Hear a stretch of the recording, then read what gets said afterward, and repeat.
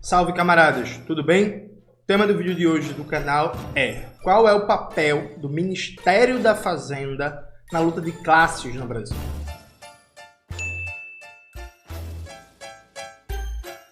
Antes de começar propriamente o tema do vídeo do canal, quero muito agradecer a você que ajuda a manter e melhorar nosso canal, parte do Apoia-se. Seu apoio é fundamental para a gente continuar o nosso trabalho. Se preferir o Pix, está aparecendo aqui como QR Code na tela do vídeo. Lembrando que a gente tem uma lista de transmissão no Zap com todo o conteúdo que a gente produz e recomenda. Entra lá e não perde nada. Camaradas, ontem, né? Enfim, tô muito cansado, gente. Rolou o pronunciamento de Fernando Haddad anunciando um pacote neoliberal e no meio do pacote algumas medidas que podem ser positivas. No vídeo de ontem do canal, a gente já começou esse debate político e uma das coisas que eu destaquei no vídeo de ontem, coloca na tela, Maxwell, por favor, é que o governo Lula vai mandar o pacote de corte de gastos esse ano e a desoneração do imposto de renda para quem ganha até R$5.000 só ano que vem. Então, assim, foi anunciado um pacote neoliberal com algumas medidas boas. O pacote neoliberal vai ser aprovado esse ano, essa é a intenção do governo, e não é o governo sendo pressionado pelo Congresso, é em parceria com o Congresso, com Arthur Lira e com Rodrigo Pacheco, né? E a parte boa fica para talvez, quem sabe, ser aprovado no ano que vem e começar a valer em 2026, beleza? E aí, quero trazer um questionamento para vocês sobre... Veja, gente, qual é o papel do Ministério da Economia na luta de classes no Brasil? Na conformação da agenda político-ideológica no Brasil? Quer ver? Desde 2023, eu destaco um ponto básico da política, que é: política não é só o número de deputados e senadores que você tem, né? E é muito bom porque a gente está numa conjuntura, especialmente do meio do ano para o final do ano, que mostra isso na prática, né? A PL do estupro foi enterrada pela força das ruas. O Congresso agora, a CCJ, aprovou, né, mais uma medida para atacar o direito ao aborto previsto na lei. Então vem uma nova rodada aí de luta, mas naquele momento conseguiu se enterrar pela força das ruas e depois a força da luta pelo fim da escala 6x1, com redução do jornal de trabalho para 30 horas semanais, que já conseguiu o número suficiente de assinaturas para ser apresentada, né? Para ser apresentada como uma PEC, uma proposta de emenda à Constituição. E aí, veja, eu já debati várias vezes com vocês que, compreendendo que política não é só o número de deputados e senadores, longe disso, e já debati também como várias vezes na história brasileira, aliás, todas as vezes na história brasileira que a gente teve alguma conquista, foi com minoria de esquerda no Congresso, percebe? Então, assim, desde reformas estruturantes, como criação da CLT, do SUS, da Petrobras, da Eletrobras, reforma sanitária e por aí vai, até políticas públicas como a PEC das domésticas, como a lei de cotas, nada disso foi construído com maioria de esquerda no Congresso,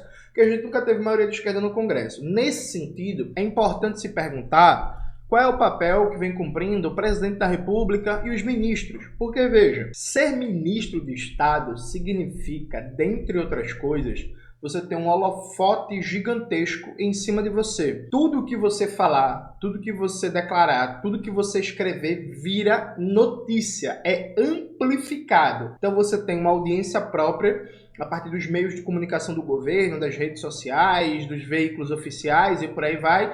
E você tem uma audiência ampliada que toda opinião sua repercute de maneira positiva ou negativa no âmbito da sociedade. Então, ter um cargo de Estado é capacidade decisória dentro da arquitetura ministerial, orçamento disponível, mais visibilidade pública daquele cargo. Então, assim, por mais que um cargo, por exemplo, não tenha orçamento, ou se tem um orçamento muito baixo, não necessariamente por ter um orçamento baixo é um cargo de baixa visibilidade política. Exemplo clássico: o Ministério do Meio Ambiente e da Mudança Climática. Do ponto de vista orçamentário, o orçamento é baixo, viu, gente? Estou falando de ministérios de baixo orçamento, o que não significa que não tem impacto político. Perfeito? E aí, é importante destacar isso porque muita gente vem esquecendo um básico da política, né? Desde o ano passado, eu venho debatendo com vocês, destacando que a agenda da equipe econômica do governo Lula é uma agenda neoliberal. É isso.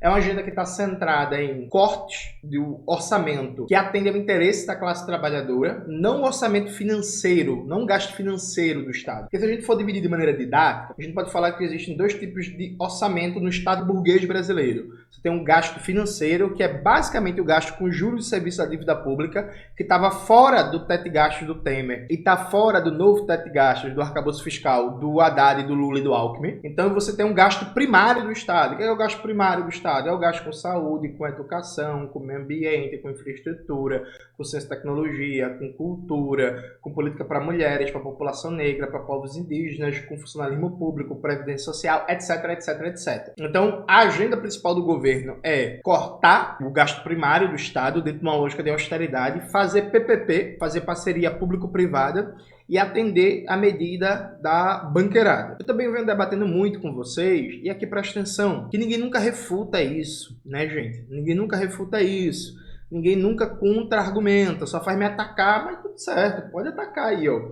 Eu confio na inteligência da classe trabalhadora brasileira. Cada vez mais pessoas estão vendo que me atacam, me caluniam, mentem, não sei o quê, mas não respondem os argumentos, percebe? Venho debatendo com vocês como o governo Lula em nenhum momento chama as cadeias de rádio e TV para politizar a sociedade, para disputar uma agenda política à esquerda, para pautar uma medida importante para a classe trabalhadora. Lula está no terceiro mandato, nunca fez isso e continua não o fazendo. Então, o governo Lula, quando teve a tragédia no Rio Grande do Sul, por exemplo, não deu nenhuma linha política para reconstruir o Rio Grande do Sul e evitar que isso aconteça. Quando teve os mais de 150 mil focos de incêndio, também não convocou as cadeias de rádio e TV para fazer um debate com toda a população brasileira sobre a questão ambiental e o enfrentamento à destruição ambiental no país. Quando foi revelado o plano de golpe de Estado para matar Lula, Alckmin, Alexandre de Moraes, o presidente também não chamou as cadeias de rádio e TV para fazer um debate político sobre o golpismo e, friso, o papel do partido fardado nisso. Mas ele chamou agora as cadeias de rádio e TV, o ministro Fernando Haddad, para apresentar uma agenda política que, na sua essência, é uma agenda política neoliberal.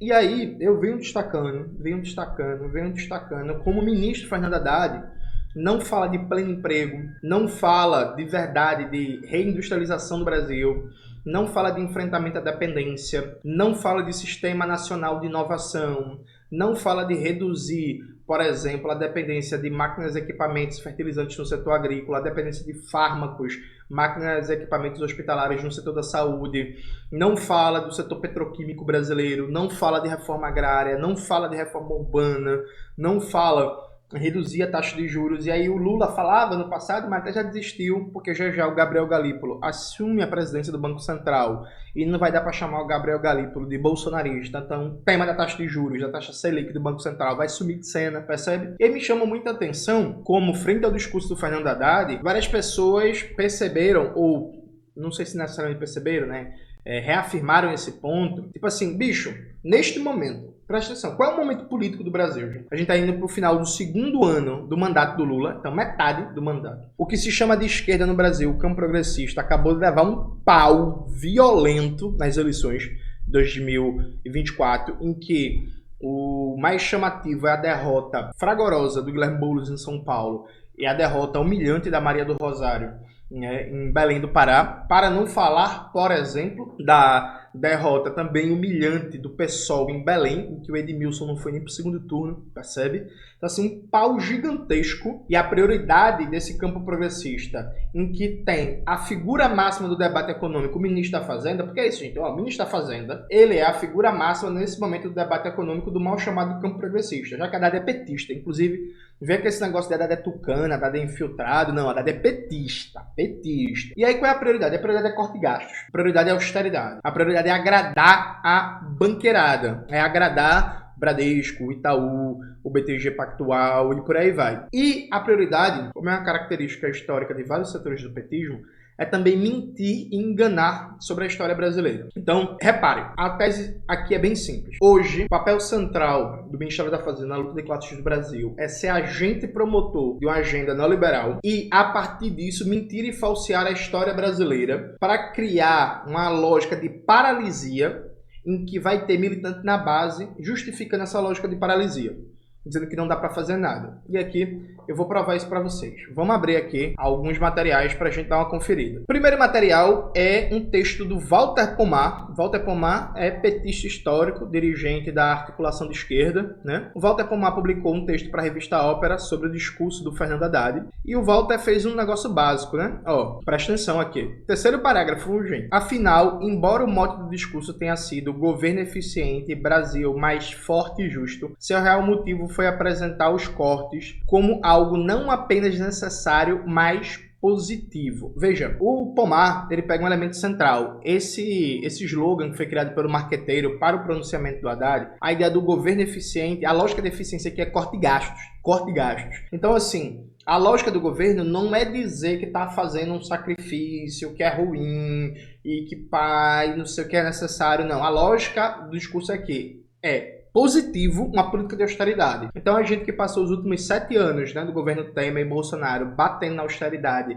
criticando a austeridade, fazendo debate, lançando livro, fazendo um ato, fazendo greve, fazendo passeata, lutando contra o teto de gasto do Temer, fazendo marcha para Brasília, fazendo greve, ocupação. A lógica hoje do Ministério da Fazenda é dizer que cortar gastos é bom, é positivo, é fundamental, percebe? E aí note que o discurso do Haddad de mais de 7 minutos sobre corte de gastos, é claro, gente, que não incidiu sobre a despesa financeira do Estado. Então o Haddad não falou nada sobre o gasto com juros e serviços da dívida pública, que é um gasto que está fora do novo teto de gastos, que é um gasto que vai, como diz o povo, para o andar de cima, né? Para a burguesia, né? Para a classe dominante do país. Esse gasto é imexível, né? Outro texto que eu achei muito bom, como sempre, diga-se de passagem, é o do Gilberto Maringoni. Já deixei aqui aberto, Capitulação com Pompa e Elegância, do Gilberto Maringoni. O que Fernando Haddad fez ontem em rede foi uma capitulação com pompa e elegância.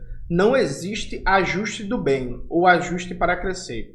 Ajuste fiscal é sempre um violento processo de transferência de renda da base para o topo da pirâmide, com cortes orçamentários e de serviços públicos que afetam os de baixo. Ninguém pode, em sã consciência, saudar o fim da política de valorização do salário mínimo, as travas e a tesoura no BPC. BPC é benefício e prestação continuada. Inclusive vai ser o tema do meu vídeo de amanhã, viu?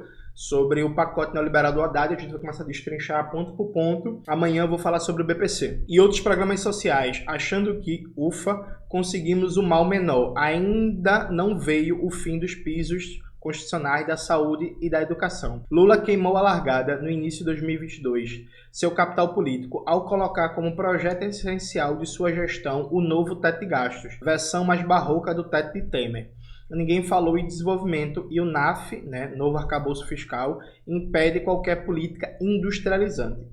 Depois de 6 anos de golpe e de extrema-direita, o governo comprou e repassa as fake news de que o ajuste seria necessário diante da possibilidade de uma crise fiscal, que nunca existiu. Era a voz da Faria Lima e do Ministério da Fazenda. É isso mesmo, é a mesma voz, viu, gente?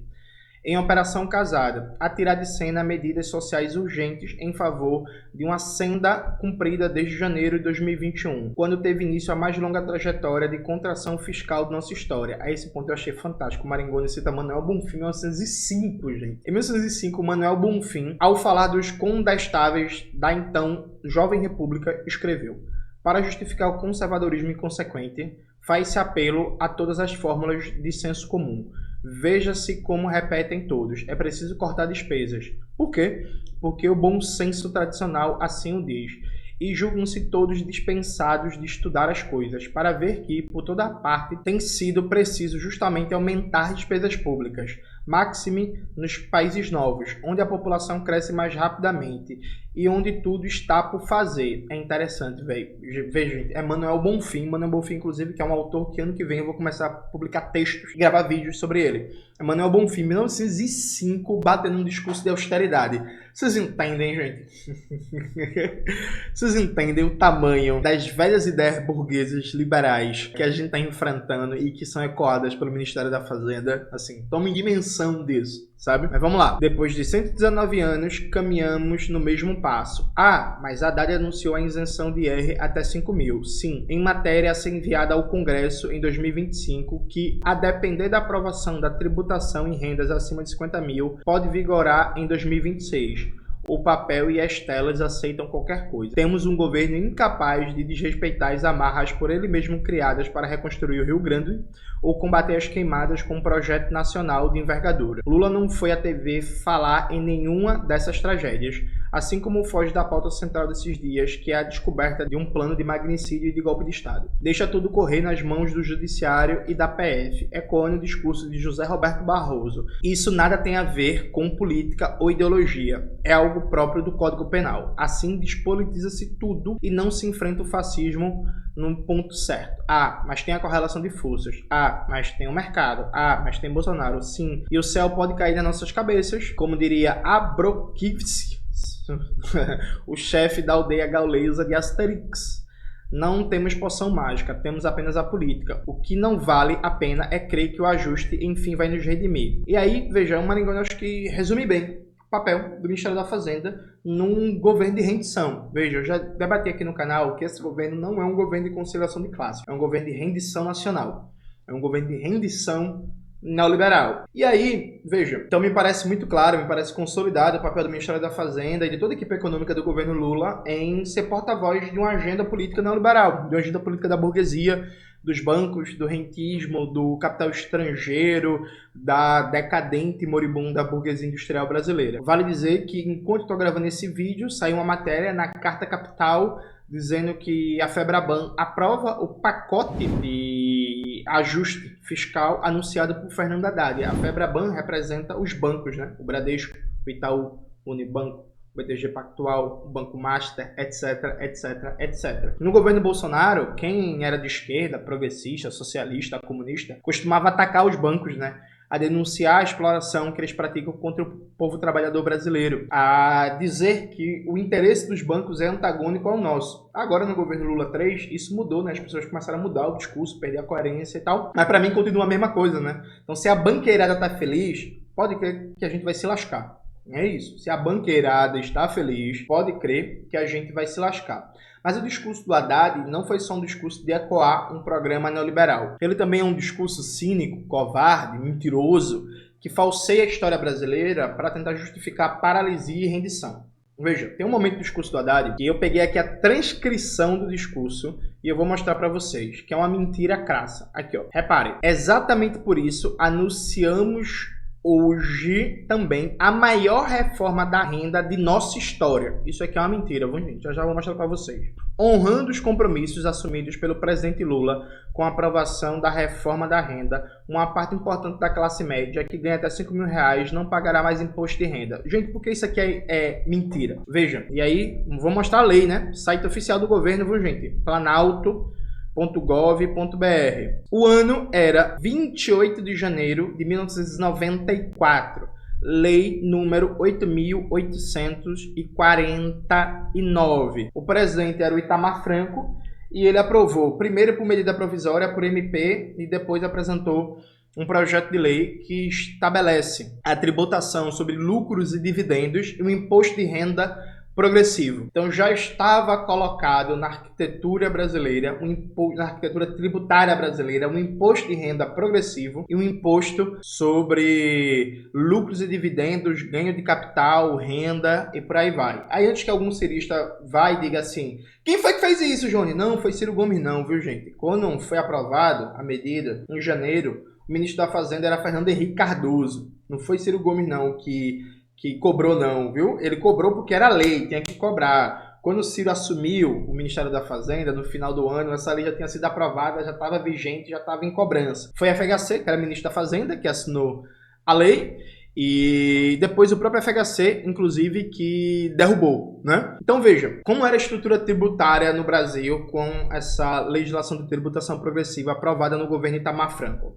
Deixa eu mostrar uma coisa aqui para vocês. Eu peguei uma matéria da CNN que fala um pouco sobre a legislação aprovada. A norma apontava que estariam sujeitos à alíquota de 15% do imposto de renda algumas categorias de rendimento. Esses rendimentos eram definidos como valores que constituem remuneração de capital aplicado, inclusive aquela produzida por títulos de renda variável, tais como juros, prêmios, comissões, ágio, deságio, dividendos, bonificações de dinheiro e participação nos lucros. E aqui, descendo um pouco, o Brasil deixou de taxar dividendos dividendos após a tramitação da Lei número 9.249, de dezembro de 95, durante o governo Fernando Henrique Cardoso. A norma previa que esses tipos de ganho, a partir do mês de janeiro de 96, não estariam mais sujeitos à incidência do imposto de renda na fonte. Descendo mais um pouco, a gente vê o seguinte: o ex-ministro aqui está falando do Ciro Gomes, né? Porque essa é uma matéria, gente, que tenta, entre aspas, corrigir a fala do Ciro Gomes, que ele dizendo assim: eu, quando fui ministro da Fazenda, cobrei. Cobrou no sentido que o Ciro era ministro, era lei. Não foi o Ciro que aprovou isso, né? Enfim, mas isso é detalhe. O importante é a informação aqui. Vamos lá. O ministro ainda afirma que cobrava a alíquota de 33% dos supersalários. Sua fala está correta, pois no ano calendário de 94, o imposto de renda vigorava em alíquota máxima de 35%. Em 1995, o percentual se manteria. Somente em 96, no segundo ano de gestão de FHC, o número cairia para 25%. Então, assim, gente, o Brasil já teve uma estrutura tributária um pouco menos regressiva, e a medida do Itamar Franco, na época, foi muito mais ousada do que isso proposto pelo Fernando Haddad, que vai ser apresentado só em 2025, para a gente vai ver se vai ser aprovado.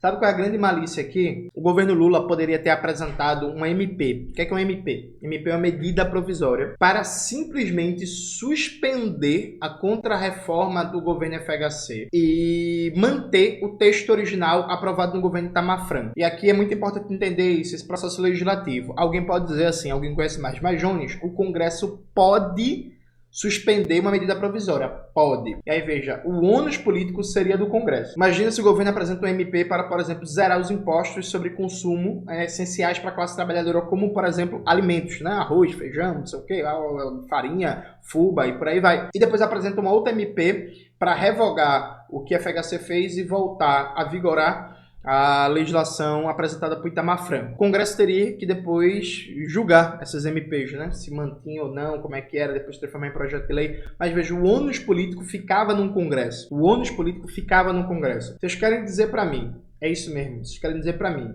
que se o presidente da República, por exemplo, no seu segundo mandato, quando ele tenha 80% de popularidade, se ele manda um MP dizendo assim, ó, estamos crescendo economicamente, o salário mínimo está crescendo e tal, mas o Brasil ainda é um país muito injusto, é um país cheio de coisas equivocadas, a gente precisa corrigir e a gente quer aqui zerar o imposto no consumo para a classe trabalhadora, o imposto que incide, por exemplo, sobre alimentos, sobre alimentos, a gente quer que o trabalhador, a trabalhadora coma mais, coma melhor, né? A gente quer que gaste menos da renda com alimentação para fazer a feira do mês. A gente quer zerar um imposto aqui sobre alimentos e, em compensação, respeitando a lei de responsabilidade fiscal, a gente quer retomar uma medida aprovada pelo presidente Itamar Franco, que tributava lucros e dividendos e um imposto de renda progressivo, adaptável à nova realidade da economia brasileira. Então tá aqui duas MPs, fica aqui a cargo do Congresso, e é o Congresso que vai dizer agora a vantagem da presença da República é essa, a gente quer ouvir você, povo brasileiro, o que é que você acha, o que é que você defende e tal. Quer dizer para mim que o Congresso ia derrubar isso? Aí se faz uma malícia, quer dizer assim, ah não, mas a bancada do PT, nos últimos 20 anos, apresentou 12 projetos de lei. Apresentou. Sabe como é que faz isso, gente? Veja, quando eu debati com Kim Kataguiri, para debater com ele, eu li todos os projetos de lei do Kim Kataguiri. Projeto de lei, qualquer deputado apresenta e protocola lá, viu? Se para ir para votação, para passar pelas comissões, já é outro processo. Mas assim, ter um alto número de projetos apresentados significa basicamente nada, sabe? Porque qualquer deputado, se quiser, pode apresentar um projeto de lei por semana. Apresentar no sentido de escrever o projeto de lei e protocolar lá. Se vai para as comissões, se vai para a votação em plenário, já é outra coisa. Então, dizer que apresentou um projeto de lei XY, todo mundo consegue fazer, gente. Qualquer deputado, repito, se quiser apresentar um projeto de lei por dia, terminou um ano, apresentou 300 projetos de lei, pode. Isso não significa nada do ponto de vista político, percebe? Porque do ponto de vista político, o projeto de lei, para significar alguma coisa, a questão é, foi dado peso a esse projeto político? Ele foi prioridade do partido? Ele foi prioridade da bancada? Ele foi prioridade das lideranças? Ele foi tema de debates no plenário da Câmara? Ele foi tema de discurso do presidente, dos ministros, ele foi tema de mobilização na sociedade, se montou seminários de debate, propaganda, entrevista, greves, passeatas, protestos, manifestações, mobilizou artistas, usou o tempo que os partidos burgueses têm de rádio e TV para falar do projeto, sabe? Essa que é a questão. Então veja, o governo poderia, há muito tempo, colocar em debate um dos aspectos fundamentais do legado do FHC, que foi uma contra-reforma do sistema tributário brasileiro para concentrar riqueza no topo, né, na classe dominante, e aprofundar o aumento da tributação, da carga tributária sobre o PIB no consumo e para a classe trabalhadora, a classe média de maneira geral, percebe? E nunca foi feito. Aí o Haddad lança uma medida para atenuar o impacto político negativo do pacote neoliberal, mente sobre a história brasileira e apresenta isso como se fosse uma espécie de grande genialidade. É a primeira vez na vida que alguém pensou nisso. Quando, desde 1989, está no programa do PT uma reforma tributária progressiva que, inclusive, na campanha de 98 em diante, o PT já tinha incorporado esse debate para reverter a contra-reforma tributária do FHC e nunca moveu uma palha para fazer isso. Então veja, para além da dificuldade da correlação de forças do Congresso, na sociedade e por aí vai, o que a gente tem não é um projeto político que está se mexendo, que está atuando para mudar a correlação de forças, pelo contrário.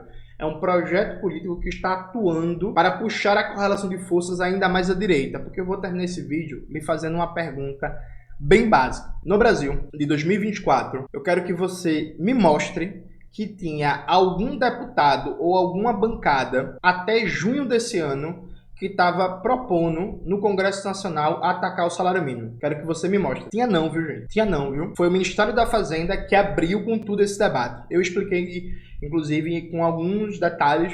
Vou aprofundar isso mais nos próximos vídeos, mas no vídeo de ontem do canal. Bota na tela de novo, Maxwell, por favor. Tinha não, viu, gente? Eu quero que você me mostre, quero que você me prove que em janeiro desse ano tinha alguém da direita brasileira, alguma bancada, algum partido, dizendo que a tarefa central era atacar o BPC, porque o BPC era um antro de fraude, de fraudadores. O BPC é o benefício de prestação continuada. Me prove. Tinha não, viu, gente? Quem abriu esse debate foi o governo Lula. E aí, para concluir, eu quero mostrar uma coisa para vocês. Eu já avisei que o vídeo de amanhã vai ser sobre o ataque ao BPC, né? No programa do Haddad. Quero só mostrar uma coisa para vocês. Ó, isso foi o que o presidente Lula falou agora, dia 28 de novembro. Olha o que é que tá escrito. Deixa eu até aumentar mais um pouquinho. Ninguém pode ser malandro e receber benefícios sociais que não merece. Já foram cortadas mais de 300 mil pessoas do BPC. O projeto de pacote neoliberal apresentado pelo Fernando Haddad endurece ainda mais as regras para receber o BPC. A gente vai ver isso em detalhes no vídeo de amanhã. O presidente da República, Luiz Inácio Lula da Silva, acabou de chamar de malandro as 300 mil pessoas que foram cortadas do BPC. Malandro. Malandro. Percebe? Percebe? Malandro.